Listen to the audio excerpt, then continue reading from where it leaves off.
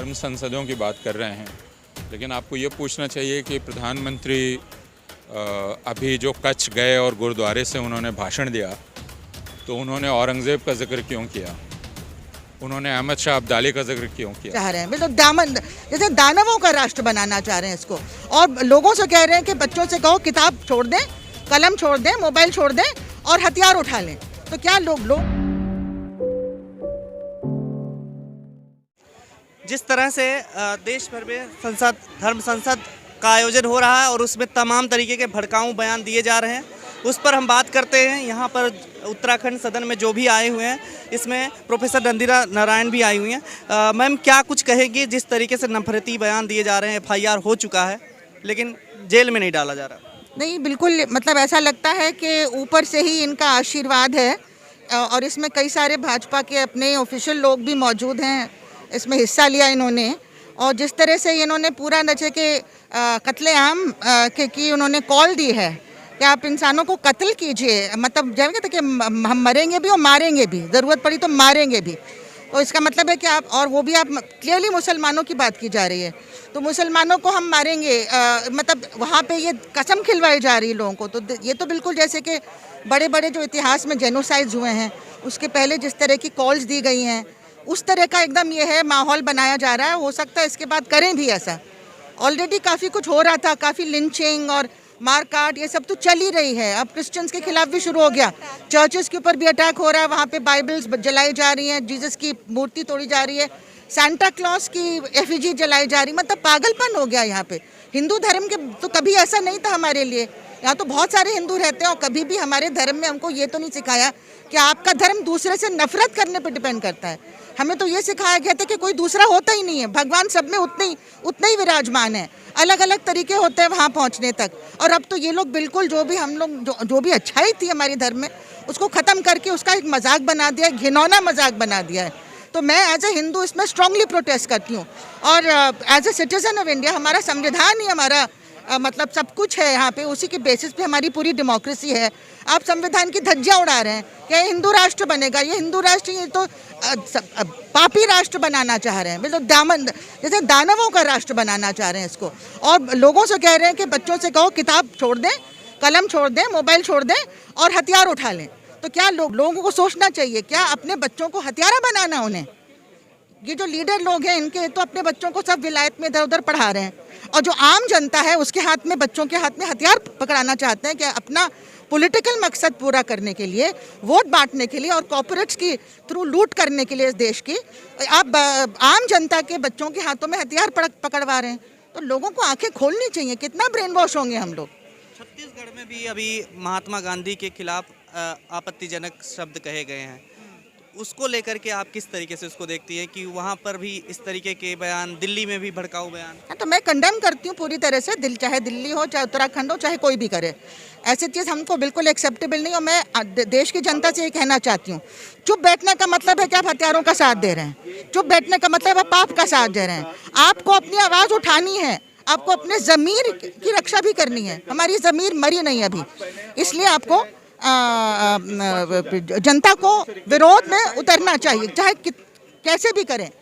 छोटे से छोटे पैमाने पे आपको विरोध अपना जताना बहुत ज़रूरी है।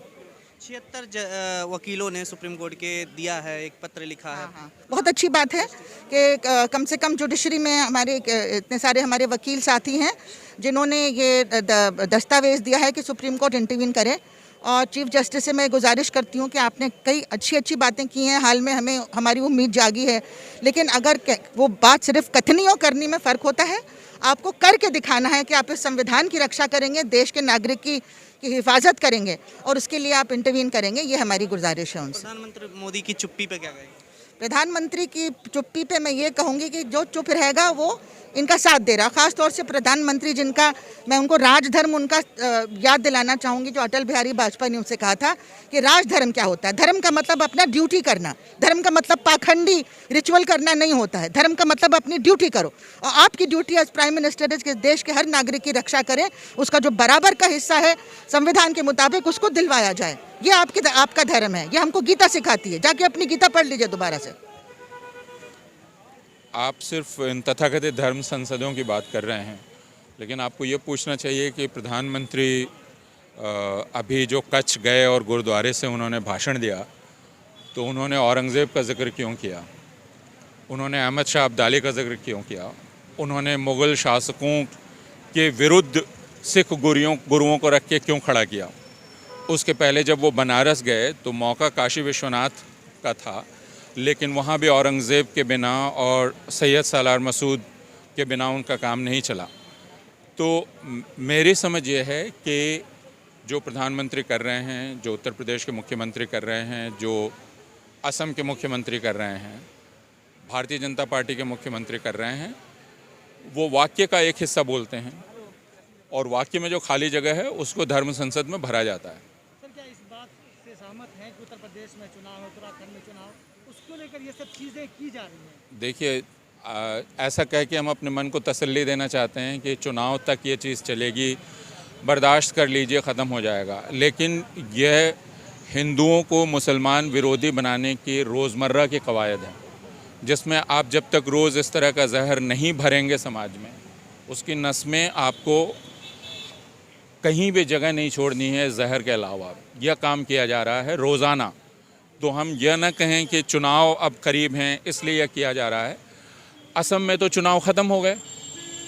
आप असम के मुख्यमंत्री का बयान पिछले 3 महीनों के रोज़ाना के बयान उठा के देखें, वहाँ क्यों वो लगातार मुसलमान विरोधी बयान दे रहे हैं। तो चुनाव और इन बयानों का सीधा रिश्ता इस तरह से नहीं है कि जब चुनाव करीब आते हैं तो सिर्फ तभी बेचारे भारतीय जनता पार्टी के लोग क्या करें, उनको हिंदुओं को जगाना होता है तो मुसलमान छोड़ के और कोई मिला नहीं, उसके खिलाफ उठाते हैं। सर, गोडसे ये ना कहें आप, ये रोज़मर्रा की कवायद है जिसमें हिंदुओं को मुसलमान विरोधी बनाया जा रहा है। महात्मा गांधी को गाली दिया जा रहा ये तो बहुत ही स्वाभाविक है। महात्मा गांधी को जब उन्होंने गोली ही मार दी तो फिर गाली क्या चीज़ है। सर, वहाँ पर शपथ भी ली गई है कि अब जो है जब तक सांस नहीं लेनी है तब तक इस देश को हिंदू राष्ट्र घोषित नहीं कर देते। तो कौन से हिंदू राष्ट्र की धारणा तय करना चाहते हैं? हिंदू राष्ट्र वह है जो आरएसएस के अंगूठे के नीचे है, जिसमें सारे हिंदू वैसे ही आचरण करेंगे जो आरएसएस बताएगा उनको करने को।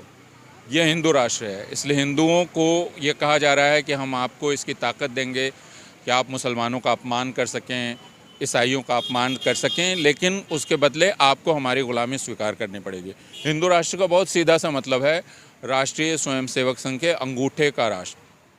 क्या उसमें अलग अलग जो उनके नज़र में कुछ ऐसी जातियाँ हैं जिनको वो हिंदू नहीं मानती, उनकी जगह हो? हाँ, ये सवाल इसलिए अप्रासंगिक है कि वो ये कहते हैं कि हम सबको अपनी तरह से हिंदू बनाएंगे, तो जो उनका हुक्म मानेंगे, उनके तरीके से चलेंगे, वो उनके लोग होंगे। तो वो सबको पालतू बनाना चाहते हैं। जो पालतू बनने को तैयार हो जाएगा, आरएसएस उसके माथे पर अपना हाथ रखेगा। सुप्रीम कोर्ट में भी सर वकीलों ने लिख करके जो दिया है, तो आखिरी उम्मीद सिर्फ सर्वोच्च न्यायालय से है। यह देखना है कि प्रदूषण ज़्यादा बड़ा मामला है या मुसलमानों के खिलाफ हिंसा ज़्यादा बड़ा मामला है। खबरों में बने रहने के लिए फोरम 4 को सब्सक्राइब करें और नोटिफिकेशन पाने के लिए बेल आइकन दबाएं।